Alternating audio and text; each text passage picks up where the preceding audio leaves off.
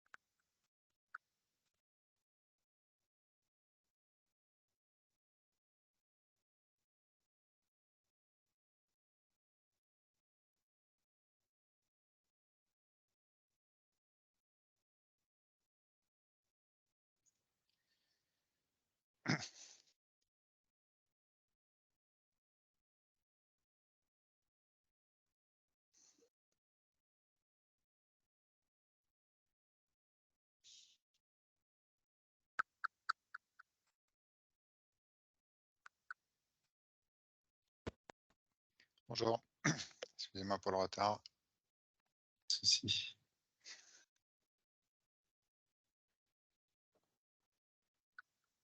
Ce que je vous propose, c'est peut-être qu'on débute, si ça vous va, j'introduis rapidement pour rappeler le contexte un petit peu de cette présentation, et puis après, je vous laisse la main du coup côté équipe Annuaire Santé.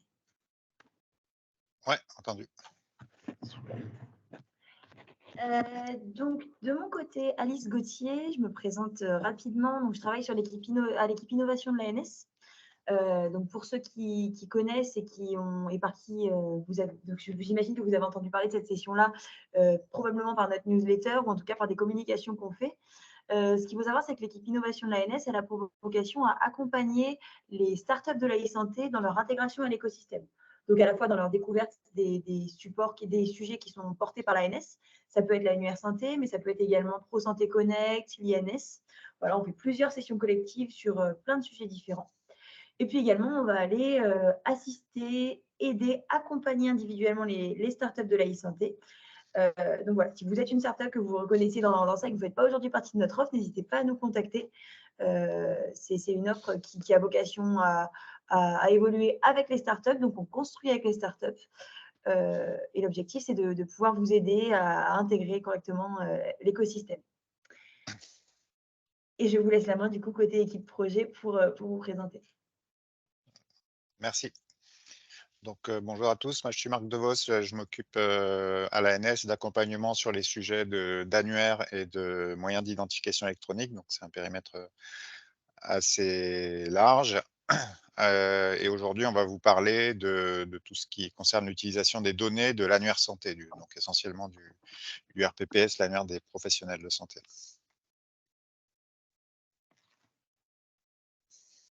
Et je suis accompagné de mes collègues Willen Boularbi et Nicolas Duo. Oui, bonjour à tous, Willen Boularbi, hein, je travaille avec Marc DeVos, en tout cas sous sa responsabilité. Hein, je travaille en particulier sur les sujets associés au service de publication de l'annuaire santé. Et je suis accompagné également de Nicolas Duo, hein, qui travaille sur le même périmètre, également sous la responsabilité de Marc. Bonjour à tous. Désolé, moi de mon côté, je peux pas mettre ma caméra. Mais en tout cas, effectivement, comme Willen l'a dit, Nicolas Dio, je travaille donc à l'ANS sous la responsabilité de Marc DeVos. Et je travaille également avec Willen sur les services de publication de l'annuaire santé. Voilà. C'est toi qui passes les Oui, slides, tout à fait. Ah, moi j'ai le droit aussi. Vous voyez bien mon écran, n'hésitez pas, hein, si ce n'est pas le cas. Ça fonctionne bien. Peut-être en préambule, hein, sur les acteurs concernés, notamment sur nos services de publication. Donc il y a bien entendu les personnes physiques, hein, donc les professionnels qui interviennent sur la prise en charge des patients et des usagers et puis les personnes morales, donc les structures, qui ont bien une personnalité juridique, pour les petits éléments, à terminologie qui sont en charge d'activités relevant du secteur sanitaire, médico-social ou social ou de fournisseurs de services numériques à destination de ces dernières. Et donc je te laisse la main, Marc, pour présenter les répertoires sectoriels de référence dans le Il y a des RPPS. personnes qui disent qu'elles ne voient pas le bon écran dans le chat. Moi non plus, je ne vois pas le bon écran. Donc, du coup, je me demande si tu peux reprendre le partage, William. Bien entendu. Merci. Ouais. Peut-être que j'ai évité le mode Je n'osais pas présentation. dire parce que c'était moi en fait qui voyais mal. Ouais. C'est bon, on voit mieux. C'est bon, on revoit Ouais. ton Peut-être écran. c'était le mode présentation qui posait problème. Très bien. Voilà. Donc, n'hésitez pas à intervenir dans le chat si vous avez des questions, sachant qu'on pourra s'arrêter aussi en cours de route si vous voulez poser des questions oralement. Dans ce cas-là, merci de lever la main. Donc, le RPPS, c'est le répertoire partagé des professionnels intervenants dans le système de santé. Donc, c'est le répertoire sectoriel de référence qui identifie les personnes physiques, donc c'est essentiellement dans la prise en charge et ou étant appelées à utiliser des services numériques en santé. Donc il y a un cadre réglementaire, bien sûr, les données du RPPS sont opposables, hein, donc quelqu'un qui est dans le RPPS en tant que médecin, ça veut dire qu'il est vraiment médecin, par exemple. Et les données proviennent de différentes sources. Peut-être tu peux avancer pour qu'on explique. Donc il y a les professions à ordre, médecin, pharmacien, sage-femme, etc. Il y a en tout 7 ordres. Il y a des professions qui doivent se faire enregistrer en ARS avec une vérification de diplôme, pour pouvoir exercer la profession tout simplement. Les diététiciens, les psychologues, et j'en passe. Donc eux sont enregistrés par les ARS. Et puis, il y a ensuite la 3e catégorie de professionnels, c'est ceux dont l'enregistrement ne vise pas à être exhaustif, hein, mais la finalité, c'est de leur fournir une identité numérique pour qu'ils puissent, accéder dans des conditions de confiance et de sécurité aux services, numériques en santé. Donc par exemple, ça concerne, le secteur médico-social, hein, où il y a pas mal d'acteurs qui ne relèvent pas des professions à ordre ou à enregistrement obligatoire en ARS. Il y a également, on a commencé à s'occuper des préparateurs en pharmacie. Déjà quelques milliers de préparateurs qui ont été enregistrés par, leur employeur, donc le pharmacien d'officine, à l'aide d'un portail que nous avons mis en œuvre. Donc vous voyez à droite, un échantillon plus ou moins complet de toutes les différentes professions qui sont présentes dans le RPPS.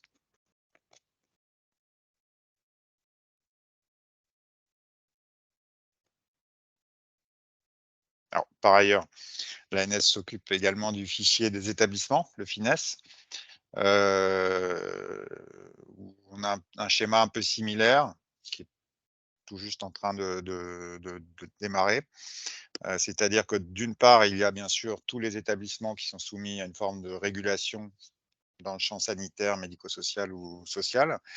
Donc les hôpitaux, les laboratoires de biologie, les services, d'aide à domicile soumis à autorisation, les pharmacies d'officine également, et j'en passe. Bon, toutes les typologies, en tout, 200 catégories, différentes de structures et d'établissements. Et de même que pour le RPPS, on va être amené aussi à élargir un peu le répertoire FINES à des personnes morales qui ont besoin. Voilà, excuse-moi, je vais un peu trop vite. Vous voyez des exemples de groupes, de typologie d'établissements. En tout, 100 000 à peu près, et on élargit petit à petit le répertoire pour enregistrer des structures qui ne relèvent pas, heu, forcément d'une logique d'autorisation, mais pour lesquelles il est nécessaire que la personne morale interagissent avec des services numériques en santé. Donc ça peut être la messagerie. J'ai besoin de déployer des adresses de messagerie sécurisées de type organisationnel, donc d'équipe, rattachées à une structure. Donc, raison pour laquelle on commence à enregistrer les MDPH, par exemple, les maisons départementales des personnes handicapées. Heu, ou bien ça peut être bien sûr, pour des sujets d'orientation. Heu, Pareil, le MDPH, c'est un bon exemple. Les DAC, dispositifs d'appui à la coordination également. On va enregistrer les sociétés de téléconsultation aussi. Alors là, c'est plus pour une finalité de facturation, mais ce sera aussi pour du service socle, probablement l'INS et l'envoi de documents au DMP. Voilà, je ne rentre pas dans le détail. Voilà, on a à l'ANS donc ces 2 répertoires. On pourrait ajouter le ROR aussi, hein, qui est pas très loin, hein. C'est donc le personne physique, personne morale, professionnelle, hein, et les offres, déclarées dans le ROR. Donc, tout cet ensemble, de référentiels de données, sont maintenant, sous la responsabilité de l'ANS.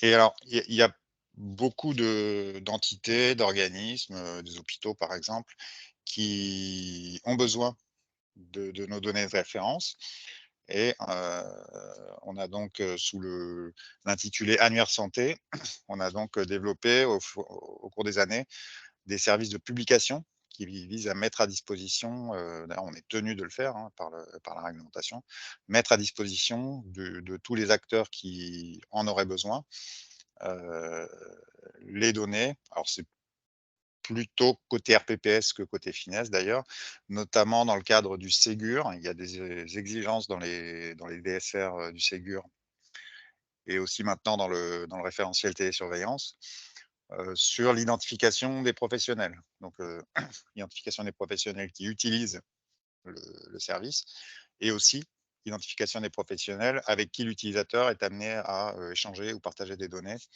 heu, à collaborer, quoi. Donc on vous a mis des liens, bien sûr vous aurez accès à la présentation, vers les pages de notre site qui décrivent ces différents services.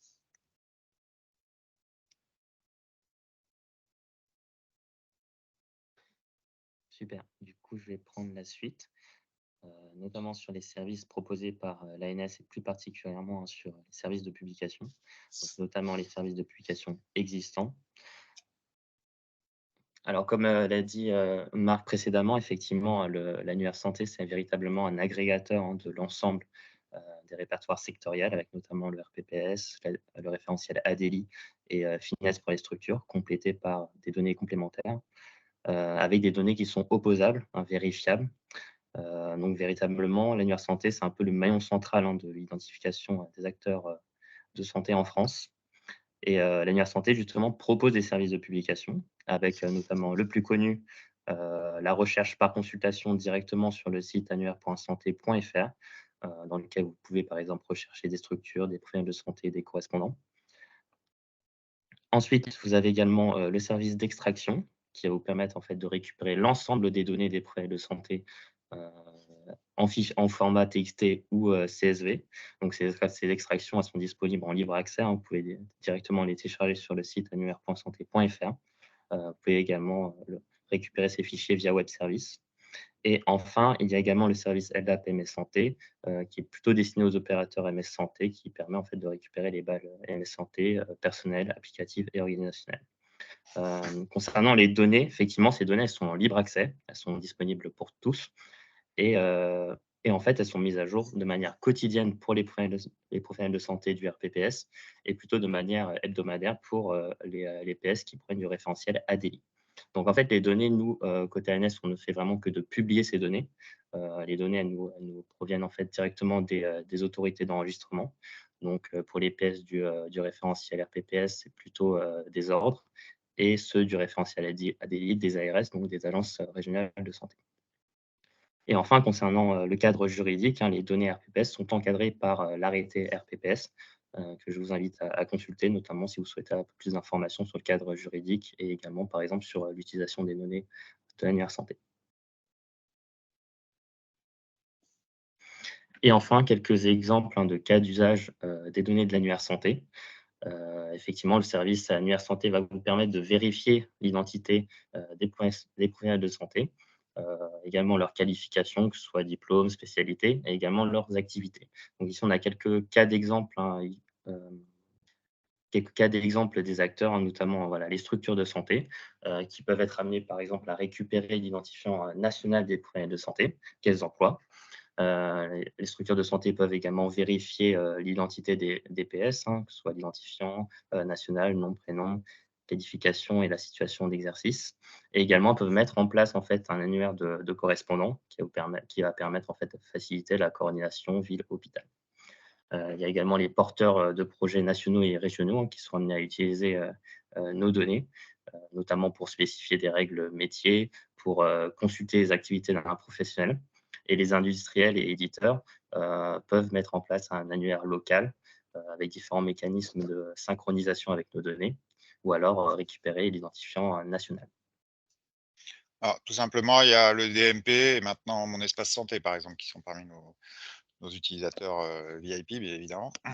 Et en tout, sur le périmètre en libre accès, je crois qu'il y a entre 2500 et 3000 organismes de tout type qui téléchargent régulièrement les données. C'est peut-être encore plus, William, je n'ai plus les derniers chiffres en tête. Enfin, c'est l'ordre de grandeur. Et on a beaucoup de consultations aussi sur le site internet, qui n'est pas foufou, mais c'est une source d'information de données qui est quand même très sollicitée.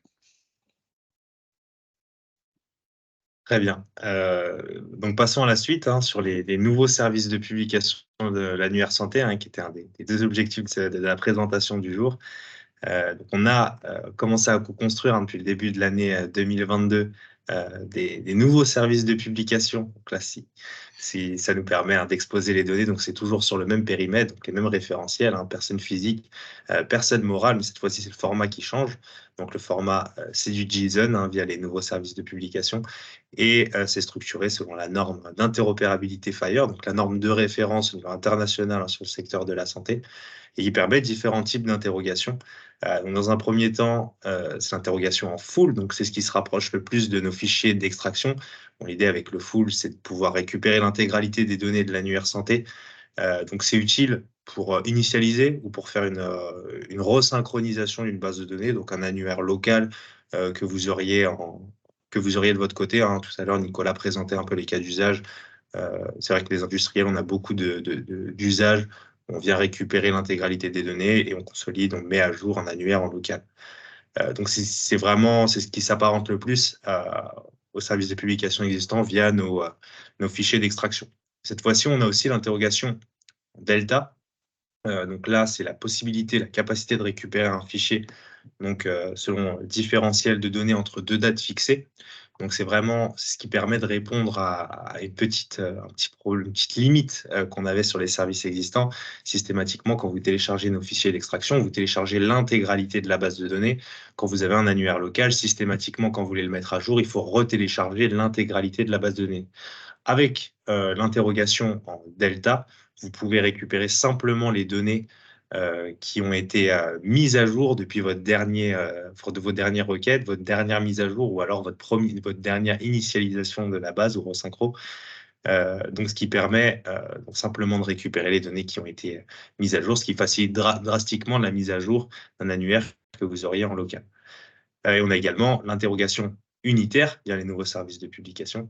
Donc là, vous récupérez simplement les données d'un unique professionnel ou alors d'une unique structure de santé. Vous pouvez interroger le service via différentes données si vous avez en entrant typiquement un identifiant national, qu'il soit RPPS, ADELI ou alors FINES pour une structure.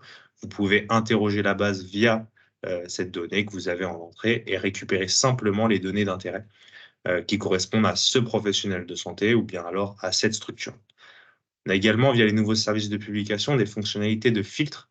Donc, c'est des filtres, ça peut être au niveau géographique. Donc, par exemple, si vous voulez requêter l'API sur une zone géographique d'intérêt ou alors sur une profession, on a un grand nombre de filtres que vous pouvez utiliser via l'API et que vous pouvez également cumuler C'est une possibilité de cumuler.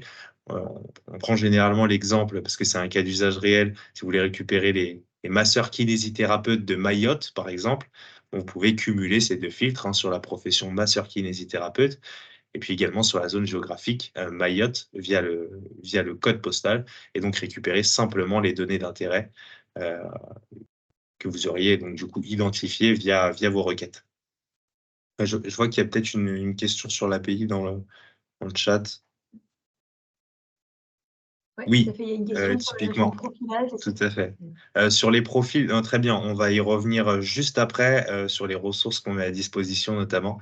Mais effectivement, il y a bien effectivement des profils. Il y a surtout des ressources peut-être pour revenir, dans un premier temps, là-dessus et en fait, sur l'exposition de la donnée et puis la structure, de la donnée, bien entendu, c'est aligné, hein, sur le modèle et nomenclature des objets de santé, hein, que vous retrouverez dans la documentation qu'on a mis dans le support et qui est disponible sur le site e-santé.gouv.fr et qu'on a traduit en Fire. Mais bien entendu, heu, l'objectif, c'était de pouvoir être le plus conforme, au plus près, du modèle Fire, bien entendu, de HL7.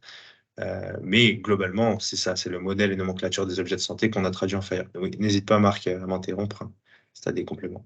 Si par contre ton micro est coupé, donc on ne t'entend pas. Excusez-moi. Oui, bonjour Thierry. Ouais, la question, ça concerne l'accès à des données non publiques. Ah, Ce qu'on présente aujourd'hui, c'est l'interface, libre accès. C'est celle qui mmh, est, en voie de déploiement. Faut savoir que 99,9 de nos utilisateurs, sont dans un profil, libre accès, hein. C'est ça qui permet de satisfaire la plupart des usages, sauf il y a quelques autres usages, notamment des URPS, des grades, les ARS et quelques acteurs de ce type, qui ont accès à plus de données. Essentiellement, ils ont l'état civil, donc l'âge, des professionnels, s'ils veulent faire des statistiques et également comment ça s'appelle? Les coordonnées de contact, bon, qui, pour des raisons évidentes, ne sont pas en libre accès, qui peuvent être utilisées pour des alertes sanitaires ou ce type d'usage.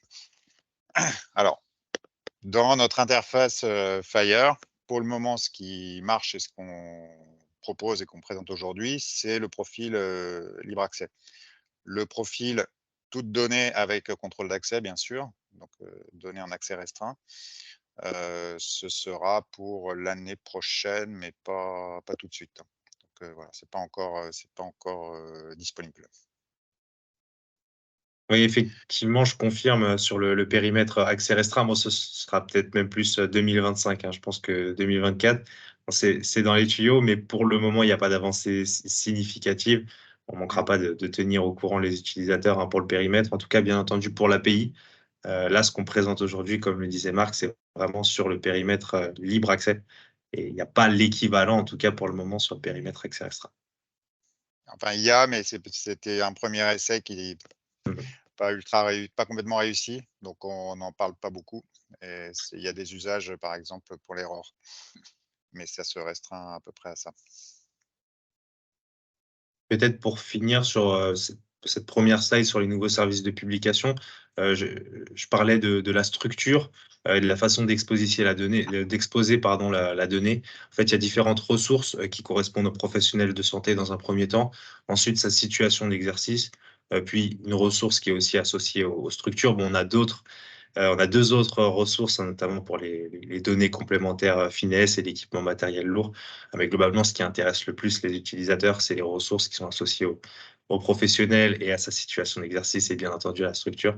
Pour interroger l'API et récupérer les données d'intérêt systématiquement, il faut interroger les différentes ressources en fonction de la donnée d'intérêt. Bien entendu, toute la structure de la donnée, est présente, hein, dans la documentation. Elle est relativement bien documenté. On est plutôt satisfait, hein, par ailleurs. On a des très bons retours, de cette documentation. On pourra revenir en plus en détail si vous avez des interrogations là-dessus sur la façon de requêter, l'API. Heu, mais par ailleurs, tout à l'heure, je vous présenterai la documentation qu'on a déjà à disposition et à nouveau, on vous enverra le support de présentation. Et puis les mails de contact aussi, généralement, ça intéresse les utilisateurs. Ah, j'explicite le jargon parce que situation d'exercice, c'est peut-être pas très clair Ah, pour tout le monde. C'est un professionnel travaille dans tel hôpital ou travaille dans un cabinet à telle adresse. C'est ça, ce qu'on appelle situation d'exercice. C'est un lieu d'exercice, si on veut plus facilement compris. Donc peut-être juste pour revenir sur la valeur ajoutée des nouveaux services de publication, j'ai déjà abordé certains points, mais bon, dans un premier temps, on a la possibilité de faire de l'interrogation synchrone, ce qui signifie pour la consommation des données de l'annuaire santé, vous n'avez pas de nécessité de tenir à jour un annuaire local, vous pouvez directement via l'API interroger les services et récupérer simplement les données d'intérêt. Ensuite, on a une facilité d'usage, surtout dans la construction de vos requêtes, notamment avec la capacité d'utiliser des filtres. Tout à l'heure, je parlais de l'exemple justement des masseurs kinésithérapeutes de Mayotte. Bon, là, typiquement, il y a vraiment énormément de filtres que vous pouvez mettre en place pour construire vos requêtes. Bon, elles vont des requêtes les plus simples aux requêtes les plus complexes. Ça, c'est vraiment en fonction de vos besoins et de votre utilisation de nos services. Donc, voilà, ces fonctionnalités de filtre permettent une grande facilité d'usage. Puis on a également l'interopérabilité. Donc, je parlais tout à l'heure du standard Fire, du format JSON. Donc là, globalement, même avec le full qui s'apparentait déjà à nos services d'extraction, vous avez quand même une interopérabilité qui est accrue, donc une facilité d'usage. Et puis, simplement, en complément, Marc parlait tout à l'heure des exigences d'identification qui sont liées à l'identification sur les DSR, donc Ségur et télésurveillance. Depuis le début de l'année 2023, vous pouvez utiliser l'API, donc les nouveaux services de publication, pour répondre à ces exigences et fournir les preuves qui sont associées à l'utilisation de l'annuaire santé et donc à l'identification des professionnels de santé. On a même déjà certains utilisateurs qui ont déjà déposé des preuves pour répondre à ces exigences en utilisant les nouveaux services de publication. Bon, pour certains, c'est encore en cours, mais pour la quasi-totalité des exemples mentionnés, ça a déjà été validé, les preuves, et ils ont pu passer les preuves annuaire santé grâce aux nouveaux services de publication. Et, et, on, et par la suite, on a aussi une projection sur le fait que de plus en plus d'utilisateurs vont se tourner vers les nouveaux services de publication, notamment pour répondre aux exigences des DSR. Ensuite, sur voilà, quelques exemples de cas d'usage. Oui. On a une question dans le chat, Ah. là, une obsolescence des anciens services, notamment les fichiers CSV, est-elle envisagée, programmée? Non, à ce stade, on l'envisage vaguement, mais pour dans assez longtemps, parce qu'il y a encore une fois plusieurs milliers d'utilisateurs. On ne cherche pas à ce qu'ils migrent tous vers l'API Fire. Pour le moment, on compte plutôt sur une dynamique d'appropriation du Fire, et ça marche plutôt pas mal, parce qu'il y a combien, 70, 80 utilisateurs inscrits. On a même passé la centaine là récemment. Ouais, bon. Mais on n'est pas encore dans les milliers, et de toute façon, on va garantir bien sûr la continuité de service sur l'extraction CSV pendant encore pas mal de temps, ça c'est sûr. Bah, notamment, il y a des gens qui ont fait des développements, bien sûr. Donc, j'enchaîne avec l'autre question. Ouais, c'est ça, ouais, c'est les exigences du DSR. Bon, je suis pas sûr qu'on l'ait écrit tel qu'on. Ouais. On ne peut donc implémenter les appels en synchrone. Alors effectivement, sur la vague 1, la PS Libre Accès, enfin l'extraction PS Libre Accès personne activité, elle était directement mentionnée.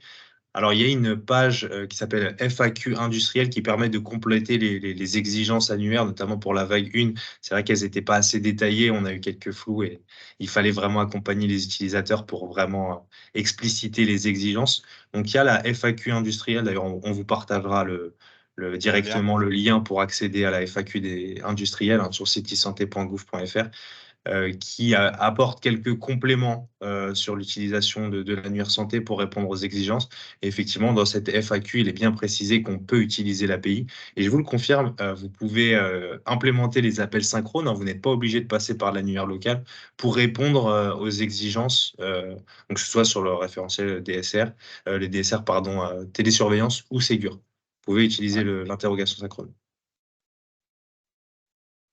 Donc, y compris l'équipe qui se charge de vérifier les preuves et dans les dossiers Ségur, s'est approprié cette modalité d'utilisation des données. Et donc, ils acceptent ça comme fonctionnement. Bien entendu, avec l'interrogation synchrone, il y a quelques spécificités, puisque ce n'est pas le même fonctionnement qu'avec les extractions et donc le contrôle traditionnel, enfin classique, qu'il y a eu jusque-là. Sur les performances, oui, vas-y Marc, n'hésite pas. Non, là, on vous mettra le lien dans la conversation pour l'accès à cette FAQ qui précise un peu ces éléments. Sur les performances de l'API, on est plutôt satisfait des performances actuelles de l'API. Comme on le disait, on a déjà plus d'une centaine d'utilisateurs. Bon, sur les utilisateurs qu'on a déjà, ils n'utilisent pas tous l'API pour constituer un annuaire local qu'ils mettent à jour. On a déjà beaucoup d'utilisateurs qui utilisent l'interrogation synchrone. On n'a pas du tout de problème de performance sur les retours qu'on a. On a même des très bons retours sur les performances de l'API, qui a même déjà réussi à tenir la charge sur des appels qui peuvent même s'apparenter à des attaques, à des cyberattaques. Donc non, de toute façon, l'objectif sur l'API Fire, c'est de pouvoir tenir la charge sur une utilisation, donc de l'intégralité des utilisateurs. Tout à l'heure, Marc mentionnait environ 2500, 3000 utilisateurs des services de publication qui utiliseraient l'API en interrogation synchrone. Donc de toute façon, on va revenir juste après sur quelques éléments de calendrier. On est pour l'instant encore en phase de bêta test, même si c'est un peu galvaudé, on va rentrer dans le détail juste après. On ne généralisera pas le déploiement tant que l'API ne sera pas en capacité de répondre à ces exigences de performance. Donc là, un des prérequis, ce serait que l'intégralité des utilisateurs de l'annuaire santé utilisent l'API en interrogation synchrone. Bon, après, il y a la question de la disponibilité, bien sûr.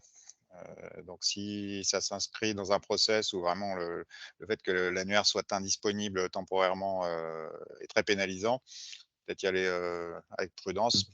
Et parce qu'on n'est pas encore au maximum de ce qu'on a l'ambition de faire en termes de niveau de disponibilité garanti. Donc, ça coûte cher, bien sûr, la disponibilité. Donc, pour revenir... Alors, on a une question sur le finesse.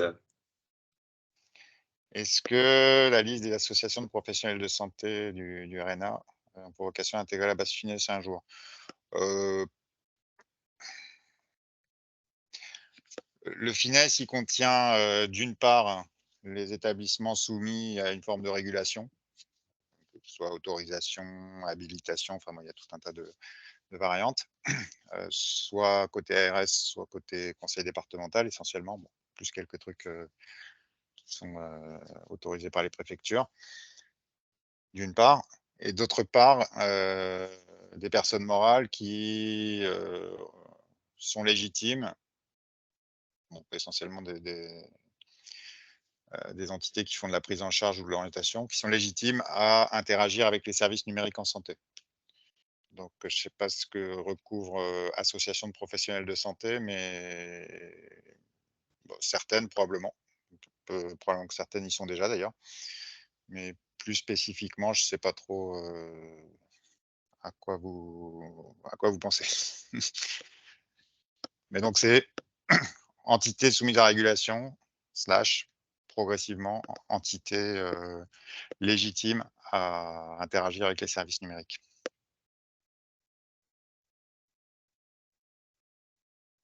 Très bien, moi je propose de retourner à la présentation. N'hésitez pas à continuer d'envoyer vos questions, enfin de poser vos questions dans le chat. Donc on vous a mis dans la présentation quelques exemples de cas d'usage des participants à la phase de bêta test. Donc globalement, on a surtout une utilisation là, pour les éditeurs, c'était de constitution d'un annuaire local. Derrière, pour la finalité, il y avait le besoin de mettre à disposition des utilisateurs un carnet d'adresses dynamique, une cartographie des établissements, et d'avoir surtout une donnée la plus à jour possible, hein. C'est pareil pour répondre aux exigences de référentiel conventionnel. Il y a le besoin de mettre en place une certaine fréquence de mise à jour de la donnée. Donc, on le disait, hein, tout à l'heure sur la valeur ajoutée de l'API, même si vous êtes passé par un annuaire local, la fonctionnalité de Delta, hein, permet de faciliter grandement la mise à jour de cet annuaire. On a également la mise à jour d'un annuaire de correspondants, hein. Globalement, sur les cas d'usage, c'est plutôt cohérent avec ce qu'on avait, hein, déjà sur les services de publication existants. Ça permet de répondre globalement aux mêmes besoins, mais surtout de permettre des facilités d'usage. Là, typiquement, hein, sur le cas d'usage d'OpenXtreme, donc avec la mise à disposition pour les utilisateurs d'un portail patient, donc pour la prise de rendez-vous, mais puis c'est aussi pour le partage de l'information et de la donnée, donc notamment entre la ville et entre les médecins traitants et les établissements de santé, notamment. Bon, c'est simplement un exemple. Donc pour le partage de ces informations, l'idée pour la constitution de cet annuaire, c'est qu'on peut être plus ou moins intéressé par une certaine catégorie de population, ou en tout cas une certaine profession. En l'occurrence, pour la constitution de cet annuaire, on n'a pas besoin systématiquement de récupérer l'intégralité de la base. Si on est intéressé uniquement par les médecins, on peut avoir justement des requêtes sur l'API uniquement sur cette profession et la mise à jour de ces données uniquement sur cette profession, donc ce qui permet de faciliter grandement l'usage des utilisateurs. Donc globalement, de toute façon, je vous le disais, on vous partagera ces cas d'usage et ces utilisations de l'API Fire, mais en tout cas, ça répond à des besoins qui étaient plutôt cohérents avec ce qu'on avait déjà sur les services existants de l'annuaire santé. Sur les éléments de calendrier que j'évoquais tout à l'heure, hein, donc on a démarré en 2022 une phase de co-construction. En fait, c'est simplement vous dire, hein, on n'a pas construit l'API, les nouveaux services de publication dans notre coin. Alors, on a travaillé en collaboration avec, initialement 12 organisations partenaires, donc au début de l'année 2022. On a travaillé sur différents sprints de travail, hein, jusqu'au mois de juillet 2022 avec ces 12-15 organisations partenaires. Ce qui nous a permis de mettre en production une première version viable de l'API, donc des nouveaux services de publication, au mois de septembre 2022. Et on a démarré une phase de bêta-test avec un échantillon beaucoup plus large. L'idée, c'était d'avoir des organisations qui étaient représentatives de la diversité, hein, du secteur de santé. On parlait tout à l'heure des établissements de santé, des porteurs de projets nationaux, des industriels, des éditeurs. Donc, on avait une plutôt grande diversité avec pas mal de cas d'usage différents. Et donc, on a pu mettre en production cette première version viable de l'API. Et on a continué sur ces phases de bêta-test. Globalement, il n'y a pas eu d'évolution majeure de l'API, hein, depuis qu'on est en bêta-test. C'est surtout de la correction d'anomalies et puis de l'amélioration continue grâce au retour de nos utilisateurs. Donc, on a commencé avec une trentaine de bêta-testeurs. Là, désormais, on a un peu plus d'une centaine d'utilisateurs. Et donc, on attend de valider certains prérequis, hein, notamment en termes de performance, hein, qu'on abordait tout à l'heure. Pour généraliser le déploiement, ça devrait intervenir au cours du premier trimestre 2024. En tout cas, pour le moment, l'API est déjà en production.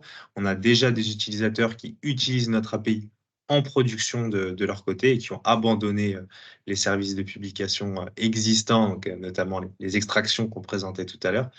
Donc, vous pouvez déjà en soi utiliser l'API puisqu'on est déjà en production et vous servir de nos données via l'API en production également. Il y a eu un petit échange, Willen, dans le chat là, au sujet des perfs. Oui. Apparemment, il y a des requêtes qui sont un peu longues. D'accord. Donc là, c'est carrément... merci Romuald, il nous écrit un fire carrément. On va expertiser et essayer de comprendre.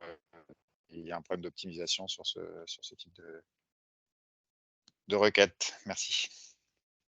Oui, pas de souci.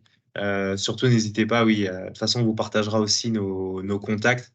Comme je vous le disais tout à l'heure, on est en phase de bêta-test. Effectivement, bon, j'ai lu rapidement la question, mais il me semble que là, c'était sur les practitioner roles, du coup, en partant du practitioner, hein, avec l'utilisation du include. Alors, effectivement, sur certaines requêtes, en fonction de la donnée entrante, on a encore quelques petites lenteurs sur des requêtes qui ont été identifiées.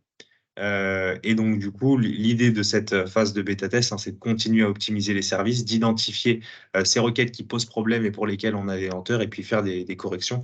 Par ailleurs, on a une prochaine mise en production, des prochaines évolutions. À nouveau, c'est globalement de la correction d'anomalies et puis de l'amélioration de la performance de l'API qui va bientôt intervenir. Bon, j'ai lu rapidement la question, mais ce type de requête, si j'ai bien compris, fait partie des améliorations qu'on va avoir là sur la prochaine mise en production, en tout cas les prochaines évolutions de l'API qui vont intervenir sur le dernier trimestre là, de l'année. Peut-être pour enchaîner sur le processus d'accès aux nouveaux services de publication. En fait, on a une API manager qui s'appelle Gravity et qui permet à votre organisation de récupérer un jeton d'authentification. Et c'est ce jeton d'authentification qui va vous permettre d'accéder à l'API. Donc, en fait, on a le service API. Généralement, les utilisateurs utilisent des logiciels gratuits type Postman. C'est le logiciel le plus utilisé qu'on a via l'utilisateur. Donc, et via le lien, du coup, ils utilisent le lien du coup, que vous avez à l'écran, et via Postman, du coup, ils peuvent accéder au service en rentrant leur jeton d'authentification.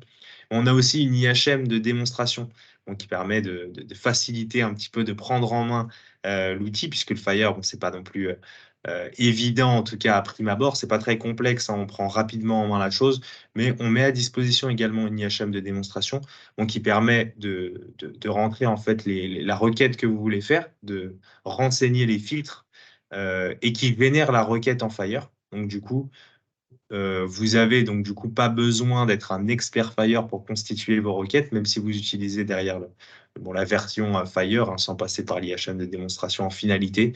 La requête de Fire en Fire est générée automatiquement. Vous avez bien entendu le résultat sur l'interface, mais vous pouvez reporter cette requête directement sur le Postman. Et puis donc c'est facile pour prendre en main l'outil et puis comprendre comment est-ce qu'on construit des requêtes en Fire. Comme je le disais, il y a quelques petites subtilités puis dans la mesure où on a différentes ressources qui catégorisent les différentes données qu'on met à disposition. Soyez pas effrayés par la question qu'il y avait dans le chat en Fire. Honnêtement, c'est plutôt facile d'accès. On intègre rapidement l'information et puis la logique qu'il y a derrière la construction de requêtes en Fire. Peut-être simplement en complément, on aime bien faire ce rappel aux utilisateurs. Bon, il y a une petite notion de sécurité parce que bien entendu, on peut mettre en pause votre jeton de authentification. Bon, c'est arrivé une seule fois et globalement, c'est vraiment quand il y a une utilisation qui est largement excessive de nos services.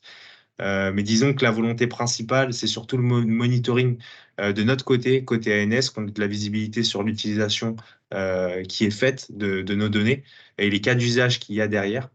Donc, quand vous allez quand vous allez créer votre profil, votre compte utilisateur, votre compte organisationnel sur l'API Manager Gravity, on vous invite vraiment à être le plus complet possible dans la description de vos cas d'usage. Si on peut avoir des données contacts, on est preneur. Le plus d'informations sur votre organisation et puis sur l'utilisation qui va être faite de la donnée et également sur la valeur ajoutée qu'il peut y avoir de votre côté de l'utilisation des nouveaux services de publication. Donc vraiment, c'est d'une grande utilité pour nous. Il y aura des petites évolutions sur l'API Manager pour mettre des restrictions sur les champs à renseigner. Pour le moment, ce n'est pas le cas. Donc vraiment, on vous invite à être le plus complet possible. On vous remercie déjà par avance. Et donc, pour finir, sur la... Oui. Ouais, pour la petite histoire, faute d'avoir fait ça sur notre service historique de fichiers, pour savoir qui utilise le fichier et pourquoi faire, on compte des adresses IP, en gros, et puis on est réduit à deviner et à attendre que les gens nous contactent quand ils ne comprennent pas telle ou telle information, pour arriver à comprendre la valeur ajoutée que ça peut avoir sur le terrain. Bon, donc on a mis pas mal de temps à comprendre, par exemple, le fait que beaucoup d'hôpitaux téléchargeaient pour tenir à jour leur NERD correspondant. Donc là, on essaye de faire mieux et de capter au mieux les besoins et les usages du terrain. Et donc, pour finir, sur la documentation qui est à disposition, je mentionnais forcément les liens vers vers les services. On a aussi le lien qui est présent vers l'IHM de démonstration. Donc, comme je le disais, c'est le même jeton d'authentification pour le service et pour l'IHM de démonstration. On a un guide de démarrage avec l'API, donc qui est publié sur GitHub. De toute façon, globalement, la documentation est sur GitHub. Il y a également les structures definition qui sont sur GitHub.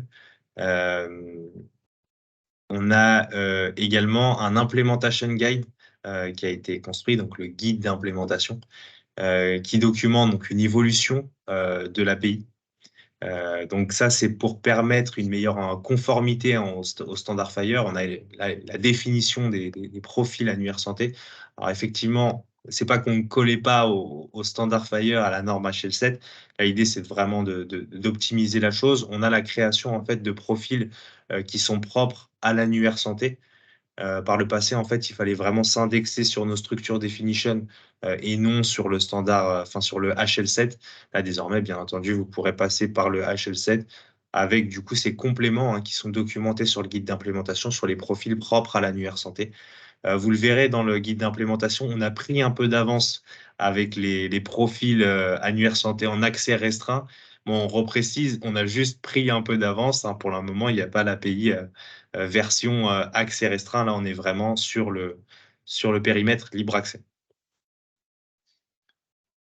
Alors, cette nouvelle version, elle sera, c'est début 2024, c'est ça, Willen? Alors, on sera plus sur de la mi-2024. Bon, à nouveau, sur la généralisation du déploiement, de toute façon, il y a un certain nombre de prérequis à respecter. Le versionning de l'API fait partie de nos prérequis. Bon, j'explique, le versionning, ça signifie simplement que cette évolution de l'API avec une API qui sera conforme au guide d'implémentation, donc cette nouvelle version, elle ne supprimera pas la précédente, parce qu'on a déjà des utilisateurs qui ont déjà fait le travail d'intégration et qui travaillent là actuellement en production avec notre API. On laissera les deux versions coexisteront et on laissera un temps nécessaire à nos utilisateurs pour basculer à la nouvelle version avant de supprimer la précédente. Donc vraiment, ça fait partie des prérequis, comme je le disais, ce versionning. On ne veut pas pénaliser les utilisateurs, surtout ceux qui ont déjà intégré l'API et qui ont fait le travail de co-construction à nos côtés. Par ailleurs, je ne sais pas si on a fini la concertation sur ce guide d'implémentation. Oui, tout à fait. On a fini la concertation il y a 2 semaines. D'accord, ok. Dommage.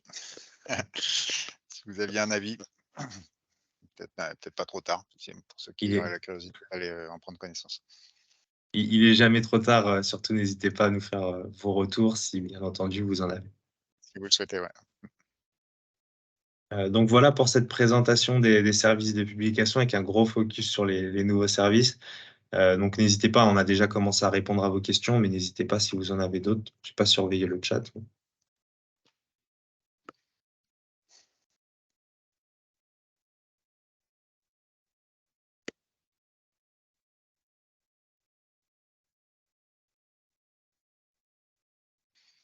Et oui, c'est bien ça, je lis votre question, Monsieur Perrault.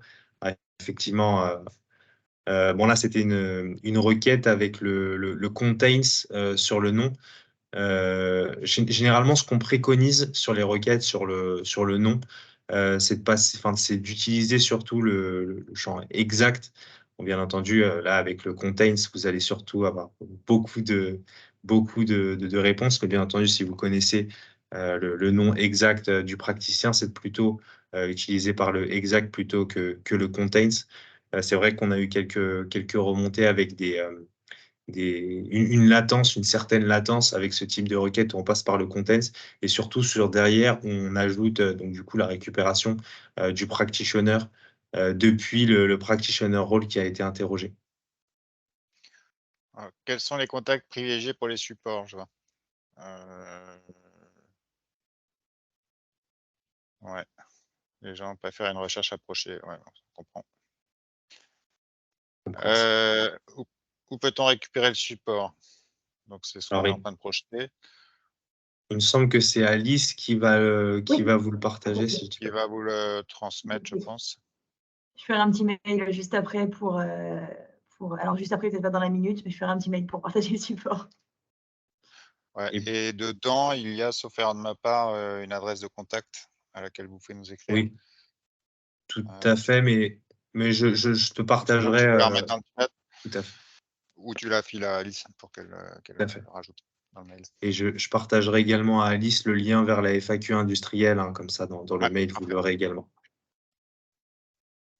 Merci.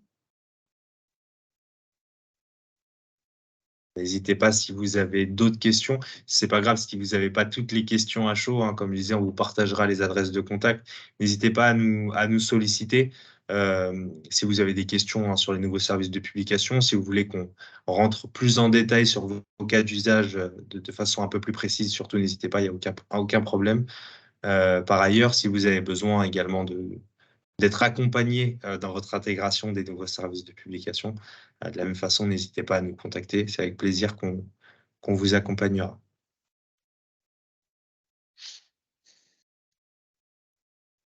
Très bien.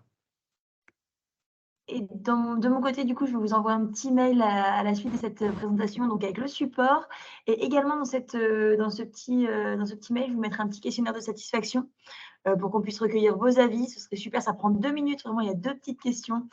Si vous pouvez le remplir rapidement, ce serait super. Et nous, ça nous aide beaucoup pour les sessions annuaires santé, mais aussi pour toutes les sessions d'un point de vue un peu plus général. Je profite de dire parce que je vois qu'il y a marqué merci pour cette présentation dans le chat. Donc, je me dis que c'est le moment de faire un super questionnaire. Merci beaucoup, en tout cas, à tous les 3 pour cette présentation. Merci à vous de votre Merci à vous. temps et de Merci votre à vous. attention. Très, très bonne journée à tout le monde. Bonne journée. Merci. Bonne journée. Bonne journée.